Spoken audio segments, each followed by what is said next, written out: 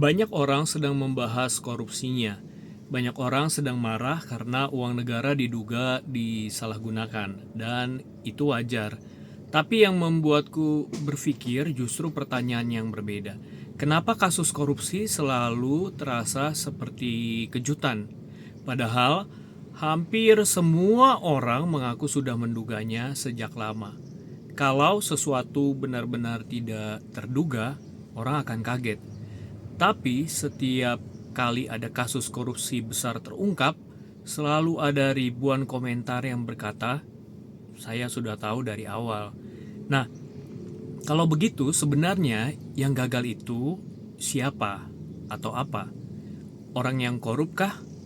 Atau sistem yang membuat begitu banyak orang merasa korupsi bisa diprediksi? Memang manusia cenderung lebih melihat masalah setelah masalah itu terjadi.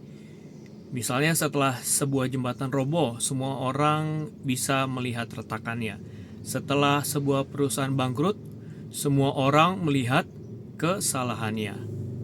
Setelah sebuah kasus korupsi terbongkar, semua orang merasa tanda-tandanya sudah jelas sejak awal. Tetapi kalau tanda-tandanya memang jelas, kenapa masalahnya harus tetap terjadi? Dan mungkin disitulah pertanyaan yang lebih besar. Karena banyak orang berpikir korupsi terjadi karena ada orang jahat. Padahal mungkin tidak sesederhana itu ya. Karena kalau masalahnya hanya orang jahat, menggantinya dengan orang lain seharusnya cukup. Tetapi kenapa kasus yang mirip terus muncul dengan nama yang berbeda?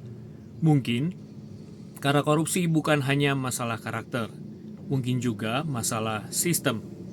Sistem yang memberi kekuasaan besar, sistem yang pengawasannya lemah, sistem yang baru bergerak setelah kerusakan terjadi. Dan ada satu hal yang paling mengganggu menurutku. Program makan bergizi gratis dibuat untuk tujuan yang sangat sederhana. Anak-anak bisa makan lebih baik. Tetapi sekarang yang dibicarakan bukan gizinya, bukan anak-anaknya, bukan manfaatnya. Yang dibicarakan justru dugaan penyimpangan pengelolaannya. Ya aneh ya. Kadang sebuah program tidak gagal karena tujuannya salah. Kadang sebuah program gagal karena manusia atau sistem yang mengelolanya. Tetapi kalau itu benar, maka pertanyaan yang lebih penting bukan siapa yang harus dihukum ya, melainkan sistem seperti apa yang bisa tetap melindungi tujuan baik, bahkan ketika manusia di dalamnya tidak selalu baik. Karena sejarah menunjukkan bahwa mencari orang baik itu memang sulit, tetapi membangun sistem yang tidak bergantung pada orang baik, membangun sistem yang tidak bergantung pada orang baik, itu mungkin jauh lebih penting.